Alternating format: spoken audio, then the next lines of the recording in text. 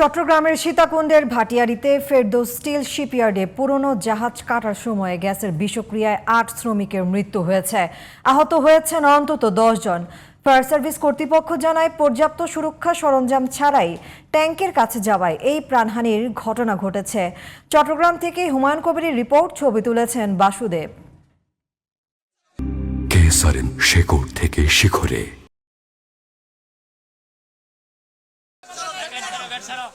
সীতাকুণ্ডের ভাটিয়ারী এলাকায় শুক্রবার সকাল 7:30টায় ফেরদৌস স্টিল শিপইয়ার্ডে পুরনো একটি জাহাজ কাটার কাজ করছিলেন শ্রমিকরা।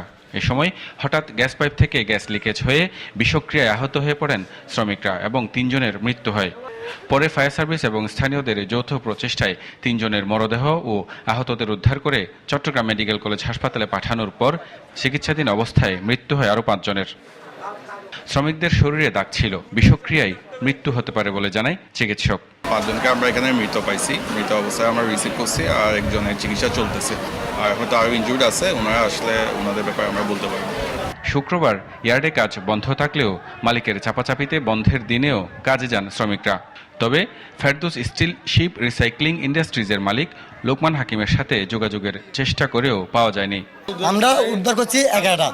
আমরা যদি সঙ্গে সঙ্গে যদি যেতে পারতাম তাহলে আমরা লাশগুলো আসতো, আমাদেরকে কেন ঢুকতে দিচ্ছে না। আমরা গেট ব্যাংকে ঢুকে যেখানে কাজ করতেছে, যেখানে পড়ে আছে, এখান থেকে নিয়ে আসলাম।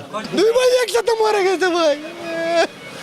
জাহাজ তো পরে কাটা শেষ, ওটা লাস্ট ট্যাঙ্কি, ওই ট্যাঙ্কিটা মনে করেন কাটতে ধরছে, আর ওই গ্যাসগুলো সম্পন্ন এসে এই রুমে আক্রমণ করছে। তবে পর্যাপ্ত সুরক্ষা সরঞ্জাম না থাকা ও জাহাজটি কাটার আগে যথাযথভাবে গ্যাস মুক্ত করা হয়নি বলে জানায় ফায়ার সার্ভিস। সাধারণত এইসব জাহাজ কাটিং এর আগে এটা আপনার এই ক্লোরিন বা কার্বন মনোক্সাইড গ্যাস যাতে এখানে ওই উৎপন্ন না হয়, এটা যে ইয়েগুলো আছে, গাছ যেগুলো আছে সেগুলো সাধারণত ফ্রি করে কাটতে হয়। এখানে এটা ফ্রি করে না কাটার কারণে পাইপে যে গ্যাসগুলো জমে আসছে, শ্রমিকরা কাজ করার সময় এই গ্যাসে আক্রান্ত হয়ে মারা গেছে। সংশ্লিষ্টরা বলছেন, জাহাজ কাটার আগে গ্যাস ফ্রি সনদ বা প্রয়োজনীয় নিরাপত্তা পরীক্ষা নিশ্চিত করার পাশাপাশি কঠোর তদারকি প্রয়োজন।